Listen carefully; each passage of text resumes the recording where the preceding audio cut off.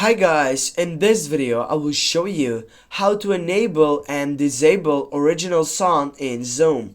First you need to open up the application and then you need to go up into your profile section on your account, and right after that you're gonna find out all these different options in which you're gonna choose the second one, meetings, and then you can scroll down to take a look for use original sound.